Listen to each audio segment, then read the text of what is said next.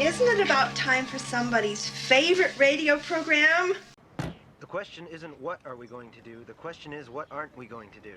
Caution everyone to watch out for pies. At this point, anything is possible, so yes, pies, seltzer bottles, balloon animals, be alert. Alrighty then.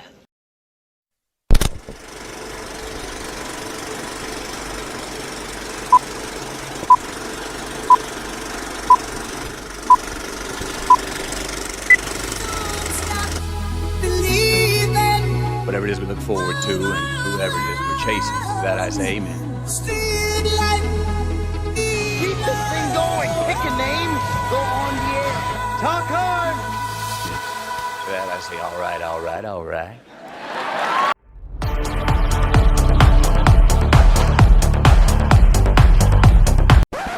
Our dinosaurs are gentle vegetarians. It's Jurassic Park. A raptor grabs a baby dinosaur. Grant tears off in the bush devil tracker to save it. Use the snare! He's safe! Look out, Triceratops! But the young T-Rex wants a piece of the action. Dino damage! Can the dinosaurs be recaptured? Look for the JP mark. It's happening, but only at Jurassic Park. Jurassic Park, bush devil tracker, dinosaurs and figures each sold separately. In Jurassic Park, the place to go to satisfy a Tyrannosaurus-sized hunger is McDonald's, where something big is happening to your favorite extra value meal. Dino sizing. For just a little more, get dino-sized fries and a large drink in one of 6 free Jurassic Park collector cups. Dino sizing. What you want is what you get at McDonald's today. And now at McDonald's, dinosaurs come to life on 6 Jurassic Park collector cups. Get one free when you buy a large drink or dino-sized extra value meal. But hurry, before they're extinct. On June 11th, dinosaurs and man, 2 species suddenly thrown back into the mix together. Can I touch it? Sure. How can we possibly have the slightest idea what to expect? Universal Pictures presents a Steven Spielberg film, an adventure 65 million years in the making. Look out! Go! Jurassic Park, rated PG-13. Special premiere tomorrow night. Starts Friday everywhere. Ladies and gentlemen, it's that time you've been working all week long for. The time we officially... Let's hear some car horns out there going with the whistle. Everybody ready? All right.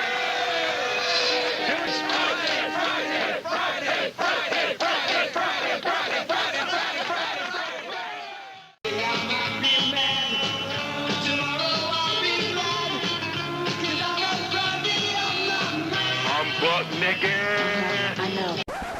Quitting time. I said it's quitting time. I was the foreman. I was the one says when it's quitting time at Terra. Quitting time!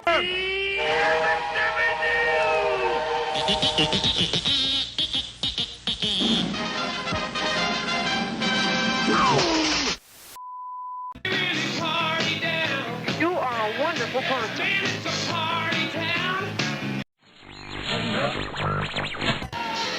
Friday evening, what a feeling, feel like singing. Losing his mind. And I'm reaping all the benefits. You're gonna need a bigger boat. It's a bold strategy, Cotton. Let's see if it pays off for him.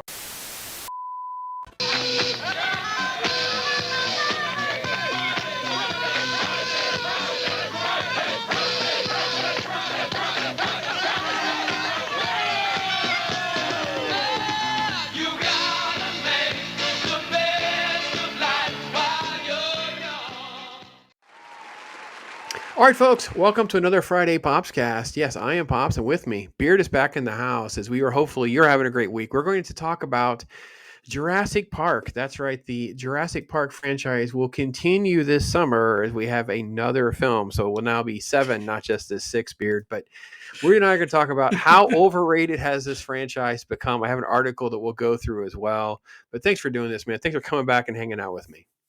Always a good time. And it was kind of interesting getting back and revisiting this as a topic because it's one of those franchises that, exists in your mind, regardless of how long you've seen it. And kind of diving back into it a little bit for this, it was interesting. But we'll get further into that in a moment, I'm sure.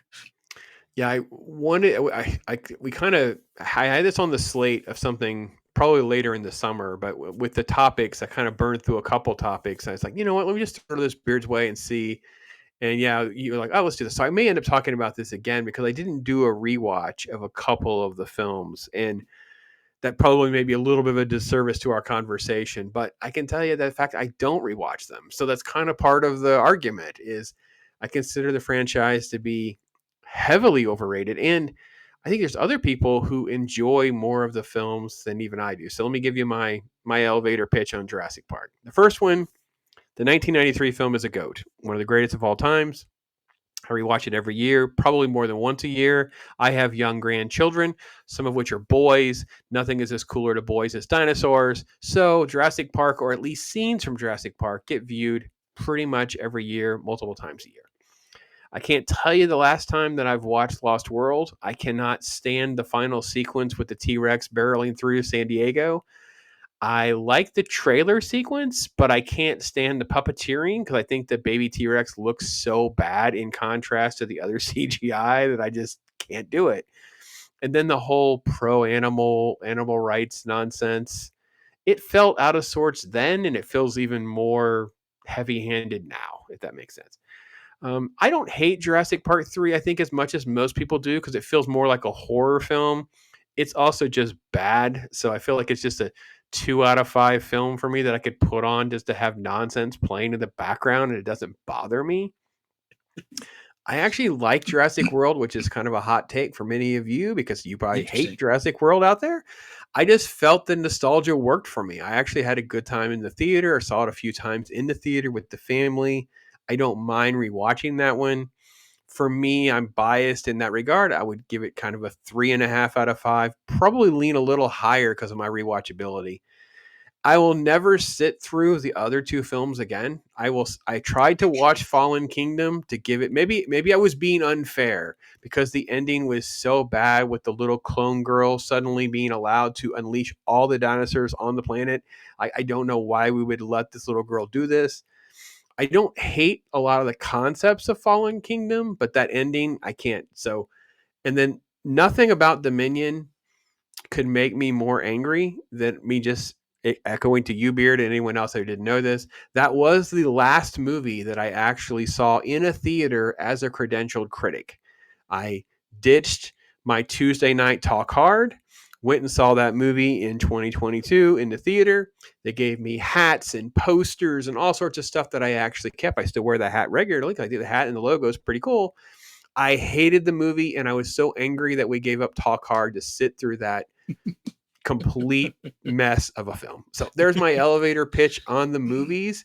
And I feel like there's one great movie, one good movie, 2 mediocre movies at best, and I'm being kind, and then 2 just absolutely god-awful films. I don't even care about cartoons and all the adaptations. I don't care about any of that. So that's my general assessment of the franchise. What say you, Beard? What say you? I think I'm pretty much in the same boat as you are. Maybe I don't hold the first one as highly. I think it's a perfectly fine film. It earned its reputation, but for some reason, that's the only one I rewatched preparing for this because I figured if I'm going to rewatch one of these, I want to rewatch the good one. Mm-hmm. But it didn't hold my attention like it used to, and I don't know what it was. Like I didn't hate it. It's just I found myself thinking, "Oh, this is filler. This didn't need to be here. Let's get to something. We're an hour in and nothing has really happened yet." And so maybe maybe I was just watching it through a different lens than I had previously. But I wasn't upset at it. I didn't dislike it. I just kind of thought like, oh, it could move along a little bit quicker. The second one, it's just ridiculous. I will never forget the raptor being defeated by a gymnast.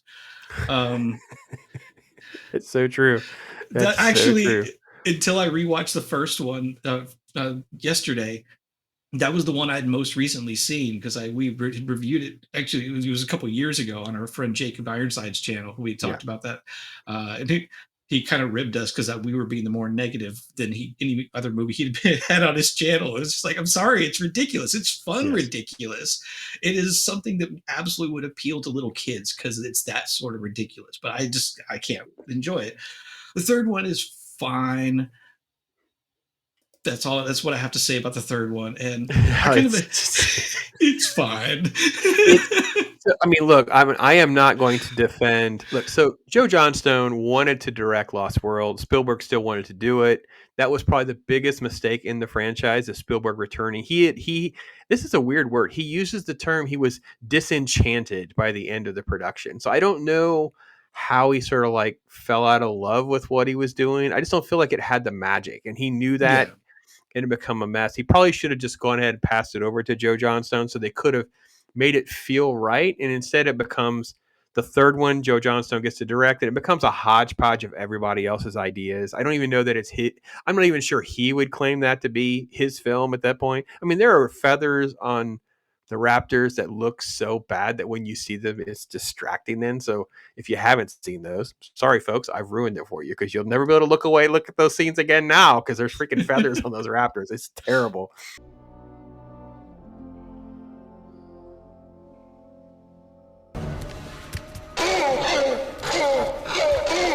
No, rave about Jurassic Park 3. No, as far as the Jurassic World, I did see the first one in theaters, and it is basically Jurassic Park with a shiny new coat of paint.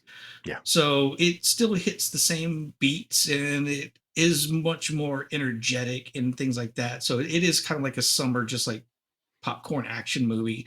I can't hate on it too much. I wish they'd done something a little bit different than basically remake the original, but it's fun. I've never seen the second or third Jurassic World because I've never even revisited the first one after seeing it in theaters once. The series at that point just lost all interest from me. Smart man. I've seen synopsis and reviews of the second and third Jurassic World. I'm really glad I didn't see them. And I kind of agree with you, what you're saying about the second one is the premise seems kind of interesting. And like with the volcano and trying to save everything, it seems like, oh, this would be a real good, fun action thing. But then they just kind of shoehorn here's the magic special kid that's going to do what they need to do because we need to set up the third movie. And it doesn't matter if it makes any sense in everything we've been doing for the previous 2 hours. We're going to do it anyway. It was such a mess. And there's so many, like, I think, good ideas that come along. They don't know how to follow up the first film. This is Jurassic World 2, the Fallen Kingdom thing. They didn't know how to get everybody back together. How do you get the band back together? How do you justify them go to the island again? Why would they go to the island again? So, again, I go back to Spielberg. He said something very early on, too, about Lost World, and I think it fits the whole franchise, is that it really works if you send characters into an island or a situation where they don't know they're going to get eaten by animals. Like if they know that's what they're going into, it completely changes the dynamic of the story.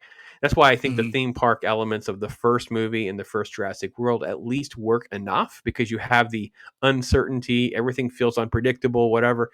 Some of the other movies, I'm like, you guys do know these dinosaurs eat people, right? I mean, I don't want to alarm you. You guys do keep cloning and making more dinosaurs. You're not. It's not like you're making an island full of Brontosaurus. Yeah, which is still exceedingly dangerous. But at least they don't eat meat. Exactly. I mean, even the premise for Jurassic Park 3 kind of works because Grant was just going to fly over and be like, oh, here's the thing, and here's the thing over here, and he got duped into landing on which I still don't know how you can just, I don't know, sleep through a small plane landing or whatever. I think they drug him or they knock him out or something. Okay. Yeah, I think they drug him or knock him out, I think. Yeah. We have a landing strip up ahead. You want me to put it down? No. I told you I want to circle first, see the whole island. You cannot land on this island. Dr. Grant, It's gonna be fine. You just please, don't know. Dr. Everything's gonna Grant, be fine. please sit You just down. don't Wait. know. Dr. Grant, will you please sit down? Okay, I couldn't recall that, but I mean, at least then, like you said, like he's not willingly being like, yes, let's go back to the place that I nearly died, and then discover he's not on that place, he's on a different place, and that would just be a dumb decision. But I mean, so even that kind of works more than just let's go back and rehash what we did before, and then risk letting everything out into the world, and then let the kid decide to let everything out into the world. So when I look at the icons and I look at the evolution of things, and I see the one thing that strikes me, because even in the imagery, it's always hard because we've drifted so much away from where we started, right? An island where we're going to bring dinosaurs back through cloning, and they're just among us and they're dangerous. And there's a line in, I believe, Jurassic World where the scientists are talking about, what was never going to be good enough. You've already seen the T-Rex. So we need something that's bigger. We need more teeth. We need what? And I felt like that was at least an admission of what the franchise is doing. The franchise is like constantly now we're just making crap up, right? And that's what we're doing. So yeah, I yeah, didn't think about that, because that's what they did in the movie, is they created their own thing that was a hybrid of stuff, because they had to have something more spectacular. And then especially as the Jurassic World stuff keeps going, I mean, by the end, it's what giant crickets basically is the thing. There's so many crazy different things that they keep doing. It gets absurd. The other thing they do as well is they just get away from innovation. Like, it was so innovative to actually have this animatronic T-Rex who actually moves in. They actually, use a rain machine. They do use CGI and visual effects to enhance him, but he physically exists in our world. Yeah. So they move so far away from that to these all CGI sequences, all CGI creatures, that I think we just end up with just a massively different response and reaction. Like, I don't. My wife teases me regularly, Beard. I don't know what to tell you. It's been 26 years of marriage. I guess she's allowed. Because I'll talk about, I have to believe it. I have to. It's like there's one of those expensive Ivy League words called verisimilitude, where it has to make sense and be believable in the universe. So, for instance, if you're doing a superhero Avengers movie, it's okay to believe what Hulk and Iron Man are doing, because those are the rules that have been established. But I don't want to see, just out of the blue, Captain America flies. That makes no sense. He shouldn't fly. Black Widow falls off a building. She should really be hurt because she's not superpowered. Things of that nature, right? The worlds of Lord of the Rings, the world of Star Wars, they all have rules. And I think when we talk about Jurassic Park, we kind of establish what some of the rules are, and then we're constantly evolving those through the fake science to, we'll make new dinosaurs and we'll make new whatever. And at this point, I'm kind of exhausted from all of that. You know what I mean? I don't know. Yeah. I mean, I'm not definitely not the first person to think this, and anybody watching, I'm sure, thinks it too. But they became the meme of, they were too busy thinking about if they could. They didn't stop to think if they should, and that's what a Jurassic World basically is. It just was like, okay, we're going to remake, and then we're going to go so far off the rails that you're not going to be able to see the train.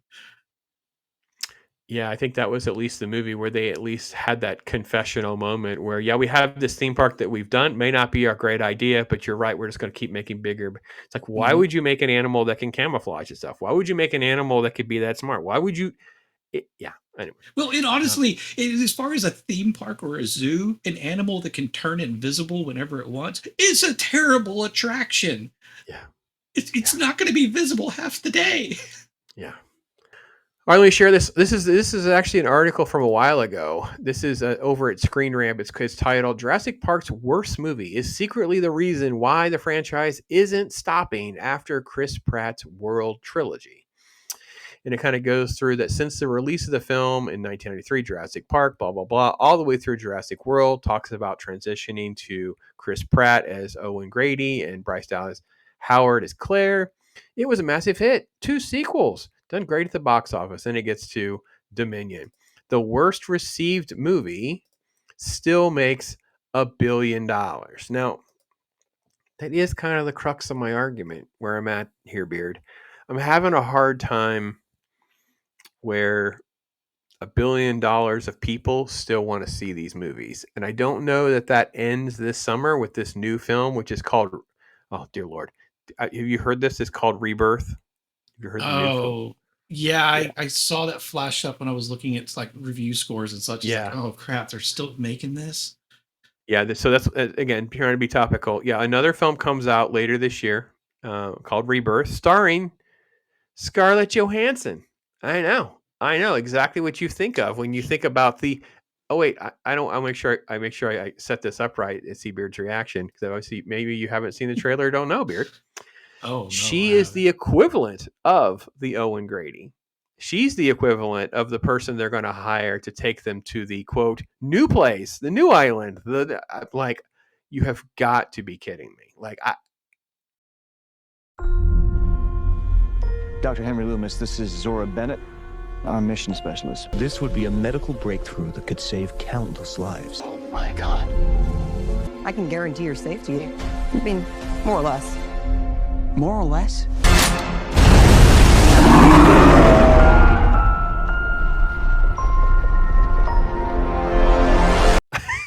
So, zero chance they're getting my money towards their $1 billion. But I wanted your take. What are the odds do you think it makes $1 billion this summer? I think pretty low. I think Chris Pratt was. I mean, I don't know. I don't know what else is going to be releasing around it, but Chris Pratt was a huge selling point for that trilogy. And not to say that ScarJo doesn't pull audiences. She's got her own staying power as far as a name that can sell some tickets. But I don't think that she is, because Chris Pratt was riding a high right then. But that was also, I think, probably based on the date. Let's see, it was what, May 2022. I don't know. Was that kind of like when people actually started, like, because I know theaters were open for a little while, but not everybody was really going back to theaters because things were still doing a lot of streaming. So I'm kind of wondering if, because this was a big theater release, if that kind of drove some of people to like, well, I'm just going to go see it on the big screen because it's going to be kind of crazy big action. So I'm kind of wondering if there's more just like the hype behind it, not necessarily that anybody thought it would be a good movie. But also, it had the premise of now dinosaurs are out in the wide world. So that might have been something that kind of drove people to be, we want to go see this. And then they got the rug pulled out from under them. Surprise, it's about insects and farming. I don't know. But I have a hard time thinking that this new one is going to pull those numbers. Let me read you some of the synopsis. 5 years after the events of Jurassic World Dominion, Earth's environment has largely proven inhospitable to dinosaurs. Surviving creatures now reside in remote tropical locales reminiscent of the environments where they once flourished. Zora Bennett, hence ScarJo, is a covert operative. She's recruited by a pharmaceutical company to collaborate with a paleontologist, Dr. Henry Loomis. Well, guys, you guys should not be allowed to use Henry Loomis's name. Dr. Loomis is preserved for the Halloween franchise. Shame on you people. And Duncan Kincaid, he's played by Mahershala Ali, and then Jonathan Bailey plays Dr. Loomis. They're going on a, quote, top secret mission. The objective, infiltrate a forbidden island, of course, the site of the original research facility. Locate 3 of the largest remaining prehistoric species from land, sea, and air. The DNA of these creatures holds the key to a new drug capable of saving countless human lives. It is so. The guy who wrote, he's going to he's going to basically be in charge of everything. He did Lost World, so he's the one they brought in for this mess. I'm gonna go on a limb and disagree with Beard. We'll see how this ages. I'm going to say this opens July 2nd. Maybe that changes your thoughts. It opens July 2nd. I know there's only a week or two before we have Superman or we have whatever, Fantastic Four and stuff's out there as well. But I have to tell you, July 2nd, July 4th weekend, I'm talking not much to do. We don't celebrate July 4th the way we used to. I feel like this is a $200 million opening in the U.S. This is a $500 million opening just in the first week. So even with Superman and Fantastic Four, I'm going to say the odds are pretty good to get to $1 billion because it just doesn't have to completely stink. It has to have a lot of dinosaurs and dinosaur fun and be okay for kids. I'm worried that it won't be okay for kids because if it's okay for kids, parents will go and see it again. If it's too dark, like Jurassic Park 3 was, where it's too horror driven, I wouldn't want to take my 8 to 11-year-old, especially if they're kind of squeamish, to go see it again. But if it's fun like Jurassic World is, that 8 and 11-year-old could probably see that movie 3 times during the summer. So that's kind of the hinge point for me. So, yeah. Fair point. I guess my curmudgeon was showing there a little bit. You do not need to apologize, because let me tell you about the main antagonist of this film is called the Distortus Rex, a deformed alien-like T-Rex with 6 limbs. Before I find an image of that, do you want to speak to the idea of let's make that? That seems like such a good idea, doesn't it? So now the new thing is like literally an abomination. It'd be really funny if this movie just like it had a good first weekend, but then word got out and it had no staying power and just tanked because the movie itself was an abomination. That would be so fun, like karmically funny. I mean, to be clear, I'm not hoping that it's bad. I always want stuff like this to be good. I just have my doubts that it's going to be look more than it. At best, I think it's going to be what you were saying, just okay and good for kids, and then it'll make its money. Right. I was trying to. There's someone who has the toy pulled up, and I'm trying to get the image on the screen to share that. And I will show you what it looks like, because a toy has been released. The quote D-Rex, the Distortus Rex. Okay. And they were inspired, are you ready, by the Rancor. The Rancor. Oh, wait, I have seen this. Oh, it's bad. I think I have. Yeah, let's pull that up. This is yeah. Look how bad this looks. Honestly, a Rancor T-Rex almost looks like a dolphin head on it. Actually, it looks like a Rancor cross with a dewback from Star Wars as well. Yeah. So that is your new Jurassic World movie, folks. That's the D-Rex is coming. I've forgotten about that. That makes me think it might be leaning a little bit more into being darker and horror-like. And if that's the case, like you were saying, it's not going to get the rewatchability with the kids. But we'll see. Yeah.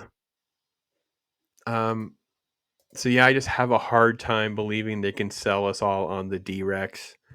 I think the appeal of the first movie, the legacy of the first movie, is the fact those are real dinosaurs. Those are dinosaurs that actually existed. They expand on that a little bit, but once you get to like the third movie with, I think it's a Spinosaurus or whatever, and even if some of these things did kind of exist, even the Mosasaur in like Jurassic World's kind of like, I don't know, it didn't feel like it resonated with kids enough. I feel like the first movie, what resonated with, these were actual dinosaurs. These are oh my gosh. So you spend your whole life, knowing about dinosaurs, and you're seeing this screen adaptation brought to life that was just epic. It was just epic. So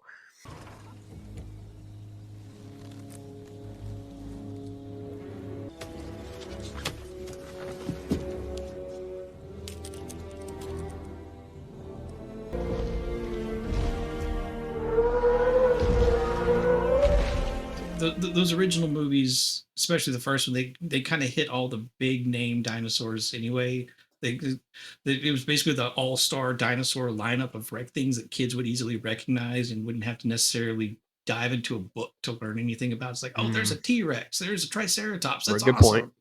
Good point. And then they had to come up with other things, and then now it's kind of delving into things that historically and the records of the earth and paleontology exist, but most people are going to look at it and go, that could be completely made up and I wouldn't know. Good point. That's a very valid point. And I will say that this summer during our kaiju, because during June we talk about kaiju movies, and we'll be talking about the 2005 King Kong movie by Peter Jackson, and in that there is a T-Rex versus Kong versus dinosaur stuff, and I feel like that he kind of leveled up some Jurassic Park elements by showcasing how cool some of those scenes and fights and stuff could be between dinosaurs. And Jurassic Park really hasn't lived up to that in these sequels, where you could have some really cool dinosaur on dinosaur stuff. The humans are almost kind of in the way of them focusing on that.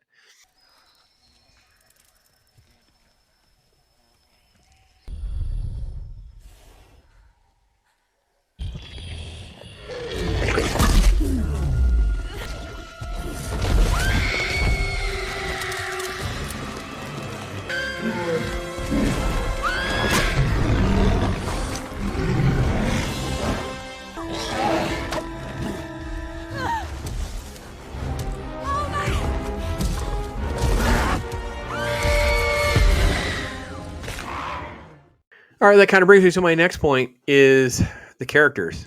So part of what makes Jurassic Park work so well is I'm cheering for characters. Characters win me over, right? They're all so different. You mentioned Dr. Grant. I think that every cast member is so fantastic in the first movie and then through the franchise. I agree with about your assessment. I think that they did hire Chris Pratt to do the right thing and be the right character at the right time. And I mean, let's face it, there was talk that he would take over as like an Indiana Jones type. So he feels so believable as that rough and tumble cowboy adventurer type and things like that. Yeah. And Ian Malcolm is okay. I don't know about you, Beard. I'm a scientist, so I think as all scientists, we want to think that we're like the nerdy cool, like Ian and Malcolm is, even though none of us are nerdy cool. I can never wear a leather jacket like this. I would look retarded wearing a leather jacket like this. My wife would be like, "What are you doing?" If I put on like the wrong kind of cowboy, because I have to wear like a cowboy hat that looks wrong, because I don't emote cowboy. I just don't. So, you do. It's a Texan in you. Look at this. Look at this, man. Look at this. Look at this, guys. This is on brand. Look at that. Yeah, It blends with the beard perfectly. He's got the looks, the feel. Oh my. Yeah, me, not so much. No, I'm a ball cap kid. I've got a million hats. My wife's just talking about how addicted I am. I have a whole bunch of hats that I don't wear because they're Disney era type stuff, and I just don't wear them because I don't want to look at them. So I've got to figure out how to transition. And what's happened is hat cost. What has happened with the price of hats? Hats have gone from like being reasonable to at least $20. This is crazy, folks. All you people out there with your 20 something, $25 hats, you guys get a grip. Get a grip. Because I need a Godzilla hat, a Transformer. I need the stuff I love, but I'm not paying $25. See, some guys have that like wall in their closet that's all their really expensive sneakers behind glass, and you just need that for your hats. I wear my hats. My hats are. I have hats I probably shouldn't have worn. I have like a collector Tron hat. It's like a Disney Tron thing, and it's actually uncomfortable to wear because it's real rigid in the front, and it's sort of like a collectible hat. I've worn it like twice, maybe things like that. I don't know. I mean, I get it. I know there are people that are into that, and I'm sure there are hats that are worth a lot of money because they're just like everything else. There's obviously a supply and demand that could be a scarcity thing, but I can't do the cowboy hat thing, and I can only wish and dream that I was as remotely as cool as Ian Malcolm, but I'm not. But I'm always rooting for Ian Malcolms, and yes, I just don't believe ScarJo and Mahershala Ali's guy, and I can't believe it, man. These characters were so good. Come on! None of what you just said is good. That is one big pile of shit. How do you feel about the other characters in these sort of lesser films? I don't think anything really resonates much with me. I mean, I couldn't even tell you any characters in the Jurassic World movies except for the two leads. I couldn't tell you really any of the other characters in even the first movie that I actually have seen. I do know that there were a couple of kids that they played the role of the kids who got in trouble, just like in Jurassic Park. But I mean, at least from what I saw, they were pretty one note. Like once you got to know them, they were that. But it's not like Ian Malcolm was incredibly varied in how he was, but he was among a cast that didn't feel the same, but also didn't feel like the characters were constantly like at each other's throats fighting. It just, I don't know, it was a well-balanced group in that first movie, and bringing him back for the second movie, I think was a good move. Bad movie, but everybody liked him, so that made a lot of sense. And I think that one was still based off of a book, if I remember correct. But Lost World is, yeah. Yeah, because I think I remember reading Jurassic Park and Lost World back in the day. But yeah, I don't know. We'll see. I think Scarlett Johansson can play a very likable character if that's what she's given, and I just kind of doubt that that's what they're going to give her. Yeah, I don't think that, these new movies, characters like Jake Johnson's character, who was just the punchline character with his little toy dinosaurs, and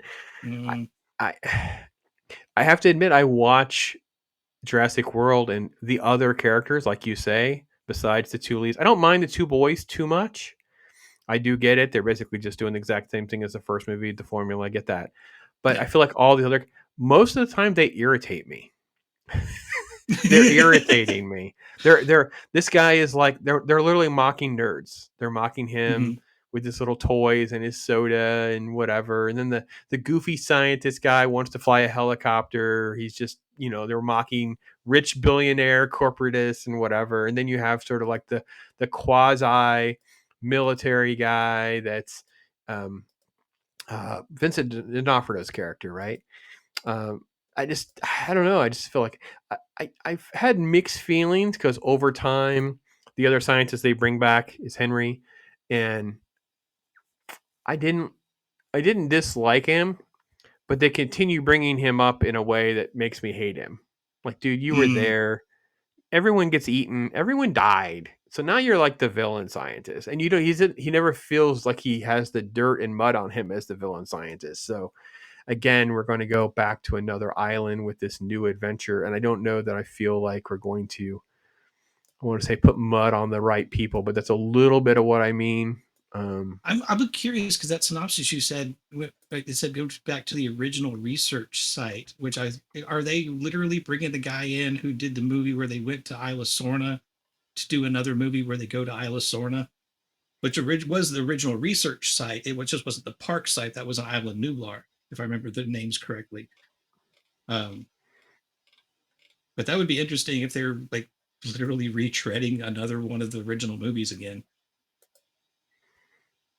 Yeah, I don't know for sure which island it is. I've seen the trailer once. I just sat there, sort of cringed the whole time. This is an image from the film. Let's go through these real quick. There's Mahershala as the lead character. There's ScarJo I wonder what's going to be in there, Beard. I wonder what it could be. And also the flares, that's giving me flashbacks to the original movie where Ian Malcolm jumps out to distract the T-Rex. Which we did in the first Jurassic World as well. So we've already done that. We've already repeated that again. We've repeated this at least 2 or 3 times.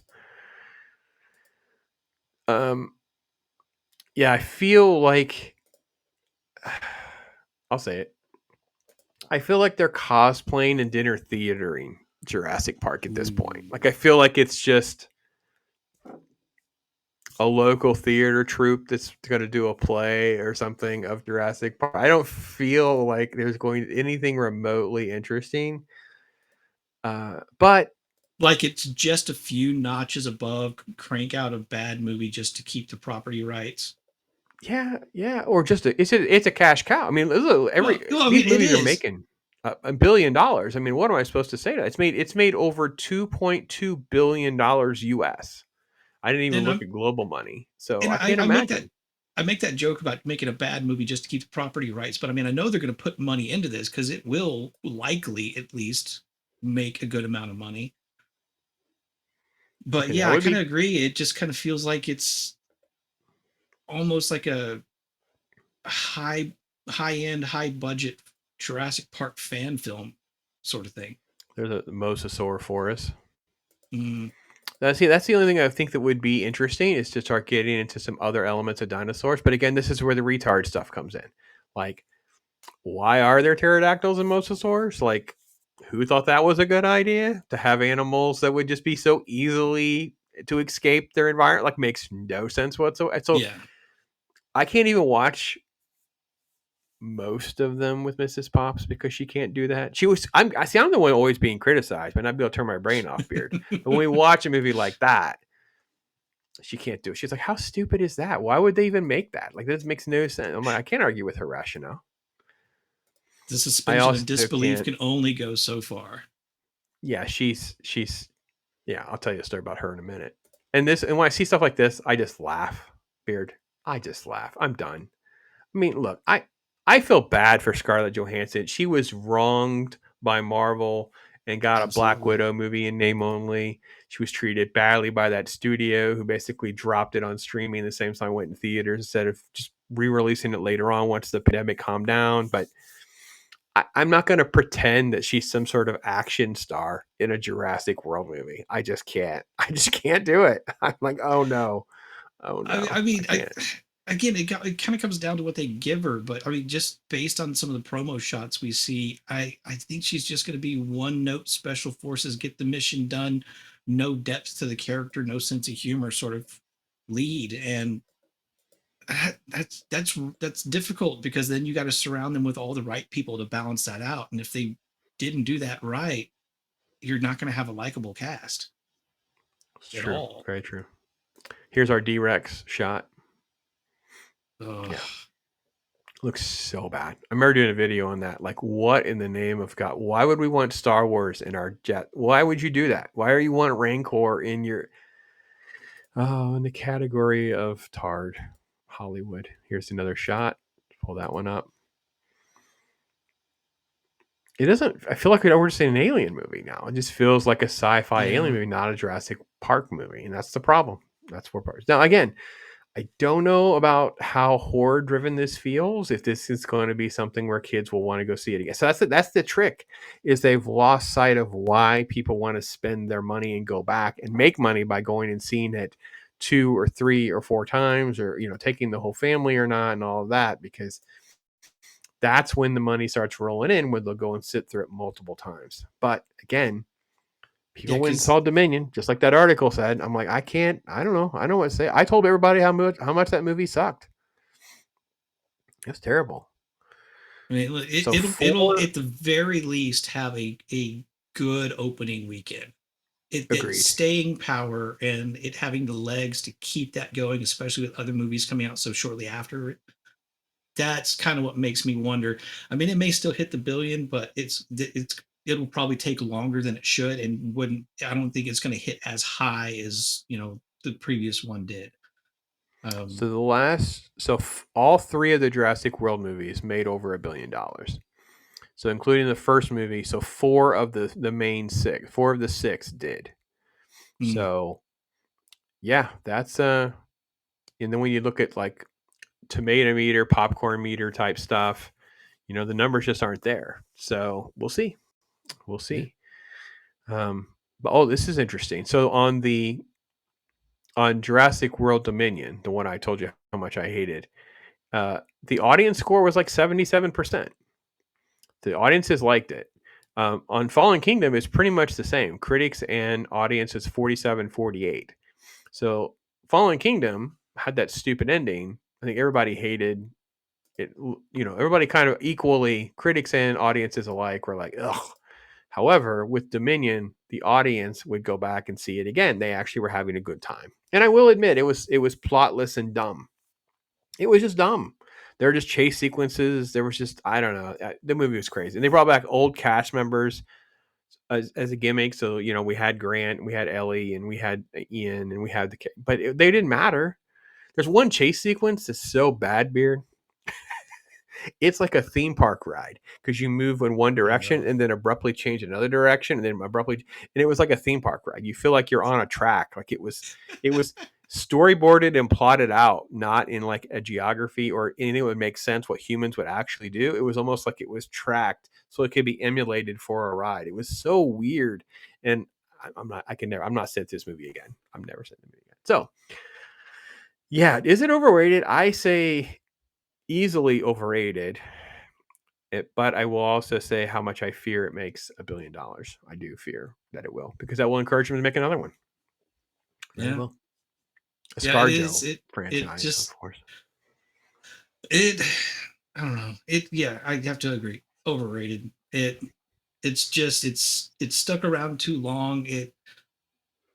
And the thing that makes me kind of wonder about if this next one will do the same as the other Jurassic World movies did, is there was that they're kind of doing the Star Wars and Marvel thing where they're not giving a franchise time to breathe. And I think that's one of the reasons that the Jurassic World did so well, is it had time to breathe between the Jurassic Park trilogy and the Jurassic World coming back and bringing that world back to us.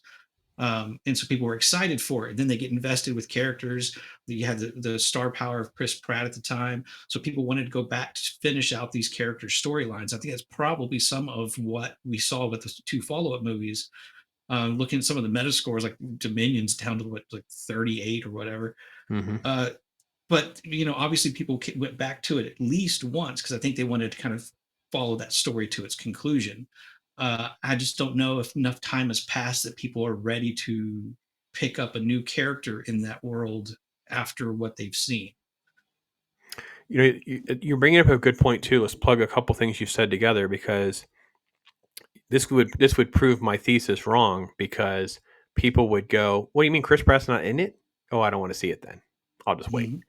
That is very, very valid, because he's been attached to the Jurassic World side of it so much as the face of it. They didn't rebrand it as anything different and didn't like you said, let it breathe, let it have a different identity, kind of evolve, and a thirst for it to come back.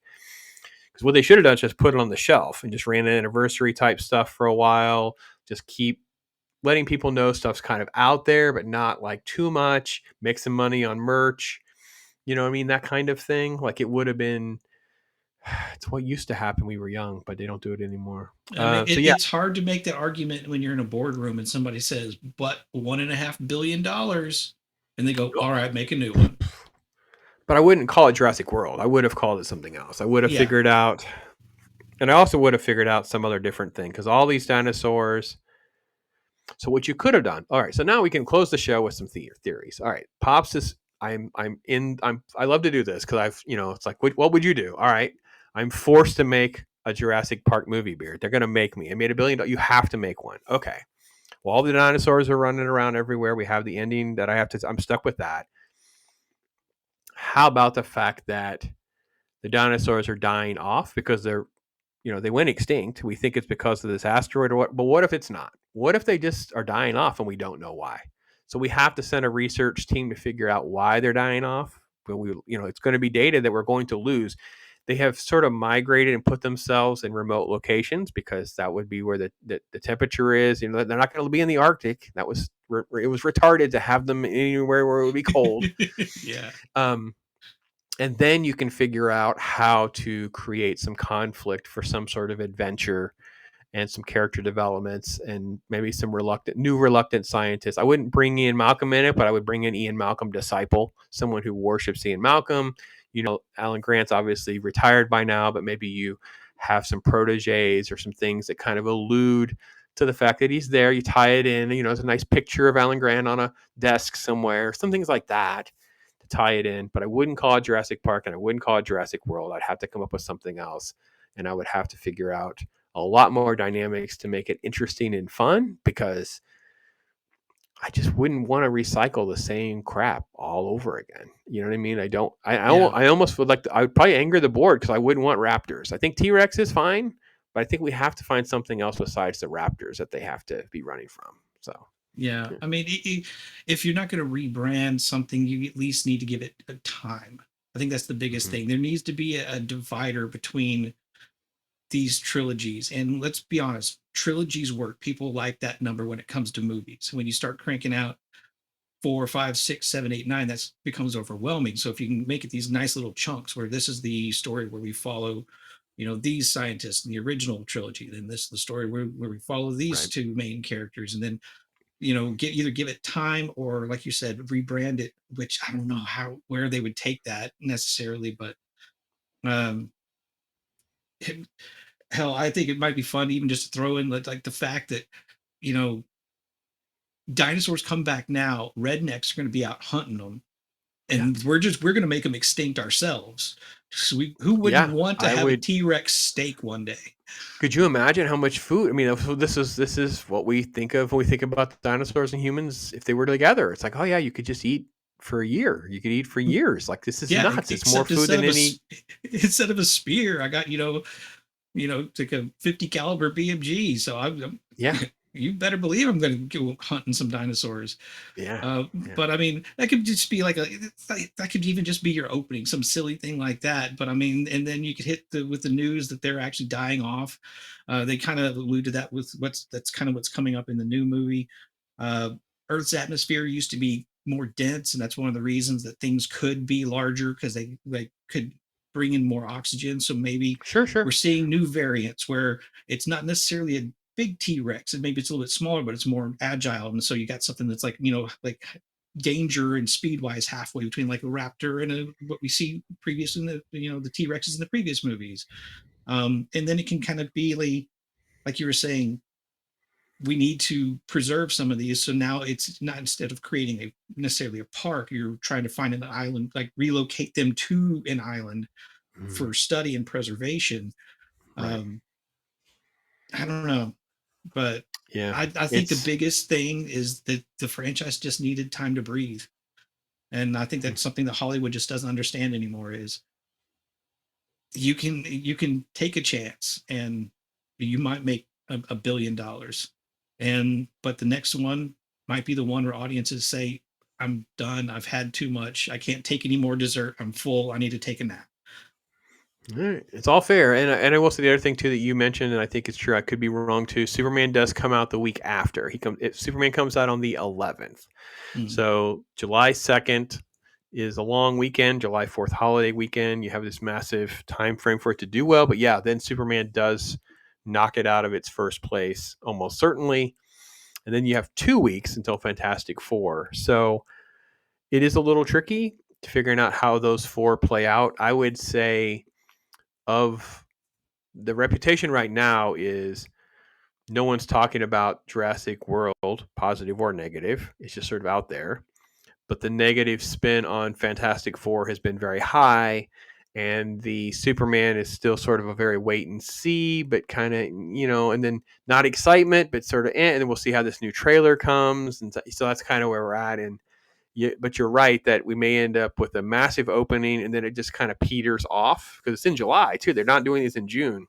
Yeah. So you don't have 2 full months to milk 10 million a week or whatever per, so you may be right. It may end up petering out at around $700 or $800 million and fall way short of $1 billion because of that, because of the marketing and timing, things like that. So that's all legit for sure. Well, and like you said, people aren't really talking about this new Jurassic World movie, positive or negative. And the biggest killer of media right now is apathy. It's not even hate, it's apathy. When people just do not care, they don't think about it, they don't talk about it, and it just dies sitting alone in a corner.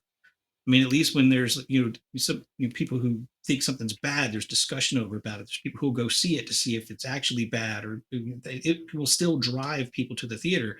When people just get apathetic, nothing happens.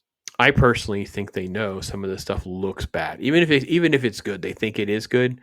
I think they know they can't present it in a way that won't garner a whole bunch of YouTube negativity. We can't throw D-Rex out there. I don't know how good D-Rex could be, but D-Rex is going to get piled on. ScarJo is going to get piled on. There's just no way to do it. What you do in a situation like this is you media blitz it probably about 10 days out of July 4th, right? I don't know where the premieres land, and you just media blitz it then, and just let the cards fall where they may. See what happens. So, Beard, it's been fun. Been good, man. Yeah. Put that one in bed here. Any final thoughts? I think I had a lot more fun talking to you about a lot of these movies than I would ever have revisiting some of them. So. I will take that compliment to the bank, my friend. Yes, I agree. I will definitely tell you that we wish we were closer geography, because I would drag Beard. That would be the only reason to go to a theater, is to be able to go with people like this, to go and have fun with. We're here to laugh. No, I don't want to go I don't want to go when the place is all full. I want to go when I can talk and have a good time. When is it empty? Because we are going to just tear into the D-Rex. Oh yeah, go to one of those theaters where you can have a beer sitting next to you and just have a good time. Oh my gosh, could you imagine how much fun it would be? So, all right. Well, folks, all of the stuff is in the description for you to connect to this guy. Beard is on regularly with Jacob Ironside over on Roman's channel, both friends of this channel.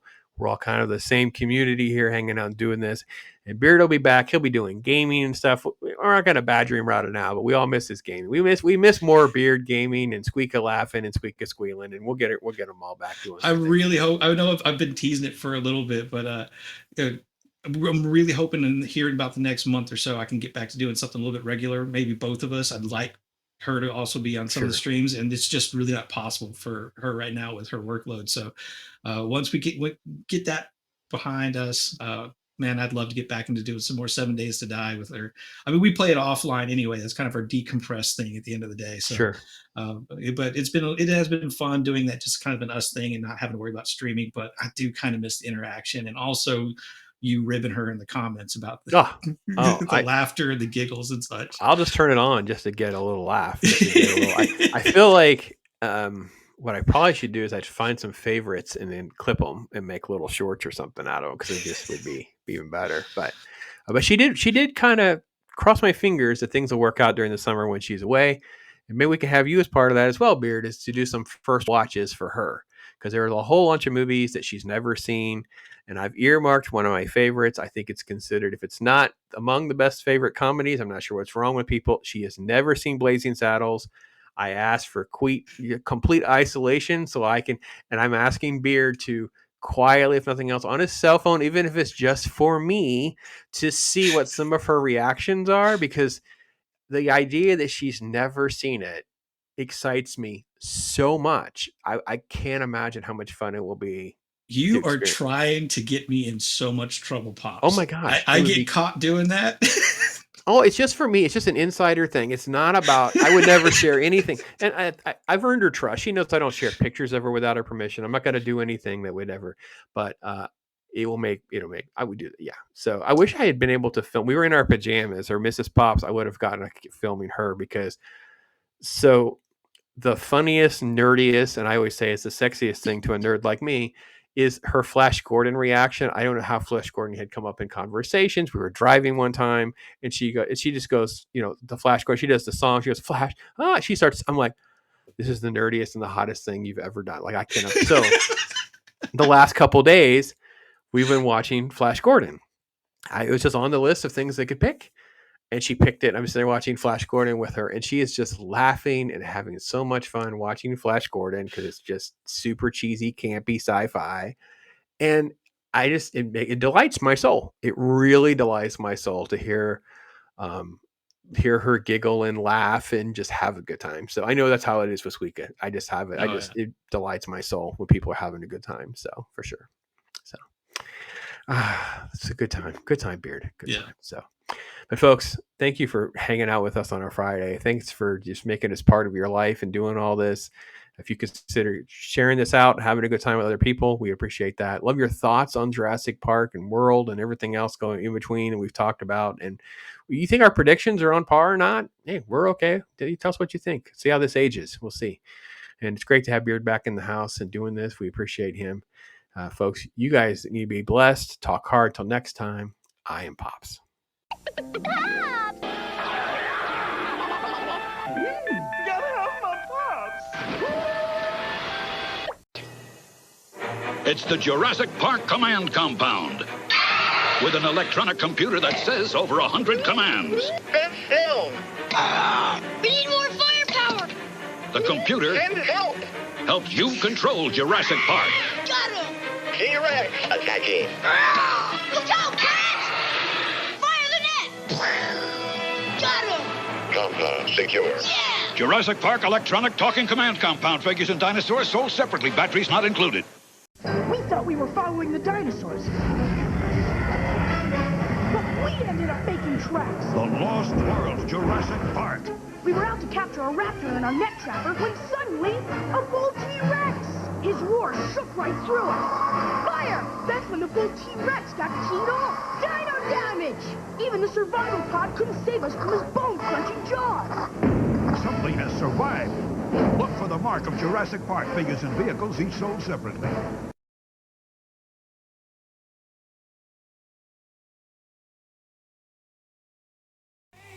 For truly